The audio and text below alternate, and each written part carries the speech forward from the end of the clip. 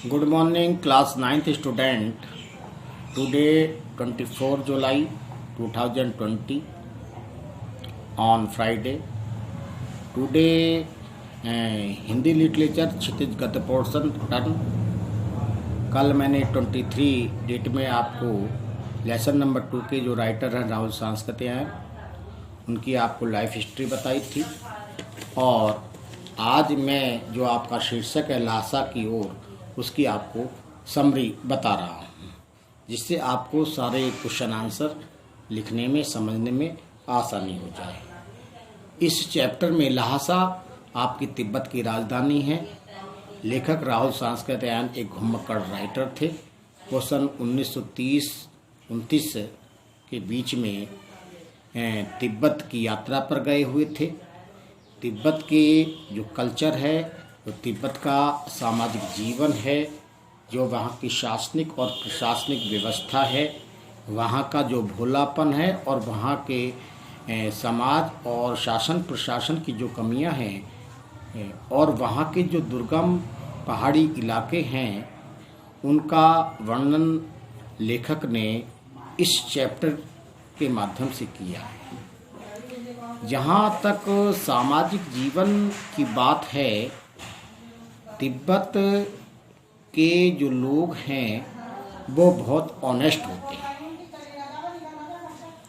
उनकी जो औरतें होती हैं बहुत परिश्रमी होती हैं, और वहाँ पर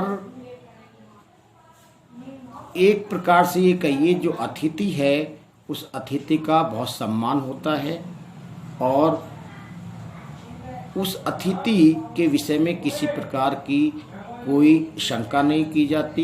अन्योन व्यक्ति को भी वो अतिथि मान करके उसका सेवा सत्कार करते हैं।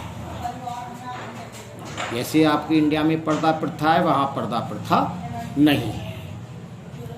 आप यदि तिब्बत में घूमने के लिए जाते हैं और आपके पास 2-4-6 दिन की सामग्री है, आपको संध्या के समय वहाँ पर रुकना पड़ता है, स्टे करना पड़ता है, तो आप वहाँ पर उन्हें अपनी कच्चा राशन दे दीजिए। चाय बनवानी है तो आप 2 चीनी दे दीजिए, खाना बनवाना है कच्चा राशन दे दीजिए। आपको बड़े सम्मान के साथ वहाँ पर खाना भी मिलेगा और बनी बनाई आपके राशन की आपको दूध, चीनी, चाय सब कुछ मिल जाएगी।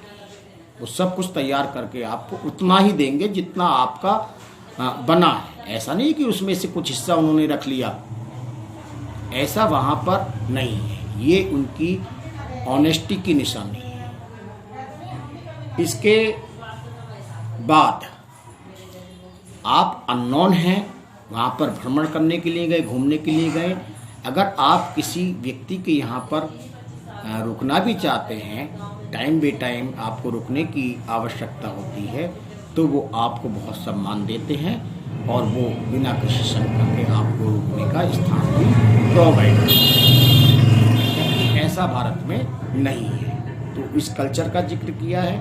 और वहाँ पर जो दुर्गम पहाड़ी क्षेत्र हैं, वहाँ पर वो डांडे अर्थात उन पहाड़ों को काट करके छोटी छोटी पगडंडियाँ बनाई गई हैं, और वो कई हजार ऊंचे फीट पर वो रास्ते बनाए गए हैं। तो वहाँ पर दूर दूर तक कोई गांव नहीं होते। इसका भी राहुल सांस्कृतिक ने अपने इस चैप्टर में जिक्र किया है।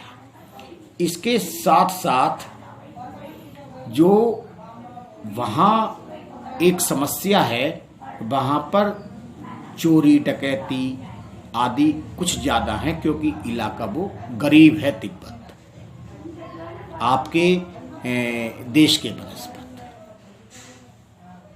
तो ऐसी स्थिति में वहाँ जो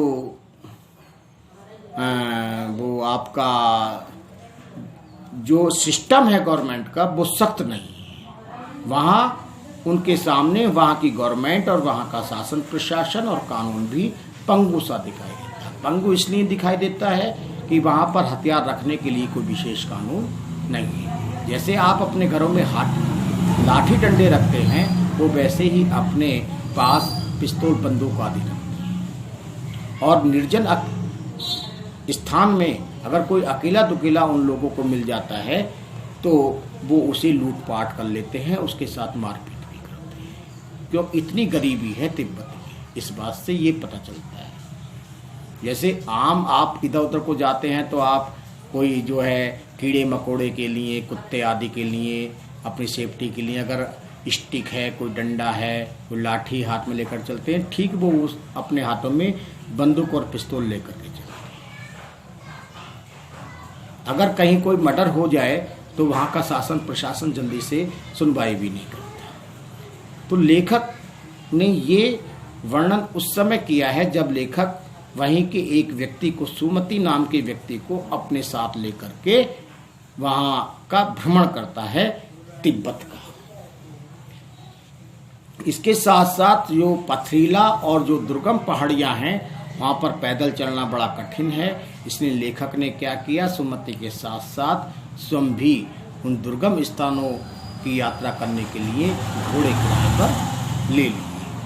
और घोड़े, क्योंकि उसने उन घोड़ों के माध्यम से 17 से 18,000 फीट तक की ऊंचाई के जो डांडे थे उनमें को होकर के यात्रा की। चढ़ना इतना कठिन नहीं है जितना वहां से उतरना है। क्योंकि उतरने में उन डांडों से जो 17-18 फीट की ऊंचाई पर हैं बहुत खतरा है। जरा सा भी अगर घोड़े का पैर इधर से उधर हो जाए तो समझ लीजिए कि आपकी हड्डी पसली नहीं बचेगी। इसका जिक्र भी राहुल सांस्कृतिक ने अपने लेख में किया है। और जिस समय उतराई की स्थिति आती है, लेखक बताता है कि 1.5 मील चलने के बाद पता चला कि वह रास्ता भटक गया। वह फिर से वापस आया। शाम के 4-5 बज गए। सुमति उसका इंतजार कर रहा था। वह गुस्से में था और लेखक रास्ते में भटक गया क्योंकि रास्ता भूल गया। सुमति ने भी उसे नहीं देखा, सुमति को भी उसने देखा, और लेखक किसी दूसरे रास्ते को चला जाता है, सुमति अपने सही रास्ते को आता है, भटकाव हो जाता है। और सुमति ने लेखक की बहुत इंतजार किया। और वह मंगोल तो था ही कौन, सुमति मंगोल जाति का था, जाति होती है। गुस्से से लाल मुंह करके बोला, मैंने 2 टोकरी कंडे फूंक डाले, 3 बार चाय को गर्म किया।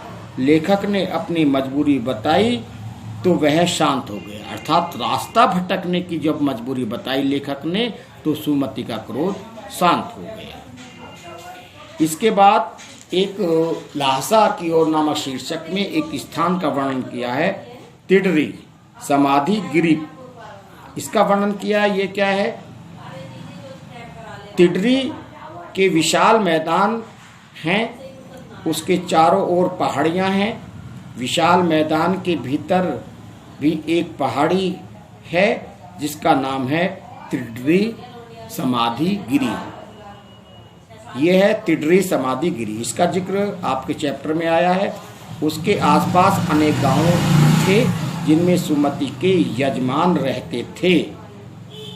सुमति मंगोल जाति का था, यजमान जिनकी हम यहाँ पर प्रणताई आदि करते हैं उन्हें बोलते हैं यजमान। सुमति सब जगह जाना चाहते थे ताकि उन्हें गंडे पहुंचा सके। गंडे धागे, गंडे पतली पतली चिरी बत्तियों से बनते हैं। गंडे खत्म हो जाने पर वे कपड़ों से नए गंडे बना लेते थे। लेखक ने सुमति को दूर दूर के गांवों में न जाने के लिए राजी कर लिया। सुमति ने सोचा, एक पन दो काज, लेखक के साथ भ्रमण पर तो निकले हुए हैं, चलो अपने यजमानों से मिल लेते हैं और उन्हें गंडे आदि दे देते हैं। यो नित्य प्रति हर वर्ष बुक अपना ये काम करते थे। तो लेखक ने सोचा कि ये तो बहुत लंबा चौड़ा सिस्टम हो जाएगा सुमति का, इसलिए उसे यजमानों में न जाने के लिए राजी कर लिया। इसके बाद तिब्बत की तेज धूप। अगले दिन लेखक और सुमति सुबह 10 से 11 बजे चले। धूप बहुत कड़ी थी। दिन में 2 बजे धूप के कारण माथा जलता था तो पीछे का कंधा बर्फ सा ठंडा होता था। धूप से बचने के लिए सिर पर मोटा कपड़ा करना पड़ता था। इसके पश्चात एक स्थान पर जिक्र आया है शेखर विहार का। आपके चैप्टर तिब्बत की जमीन छोटे बड़े जमींदारों में बटी है। इन जागीरदारों का काफ़ी हिस्सा मठों या विहारों के हाथ में है। हर जागीरदार बेगार मजदूरों से खेती कराता है। खेती का प्रबंध करने के लिए कोई भिक्षु आता है जिसे राजा के समान आदर मिलता है। लेखक और सुमति शेखर विहार पहुँचे। उसका मुखिया भिक्षु नमसे भद्र पुरुष था। यद्यपि लेखक का वेश भिखमंगों सा था, फिर भी वे उन्हें बड़े प्रेम से मिले। इस प्रकार ये आपकी जो समरी है ये फिनिश हो जाती है।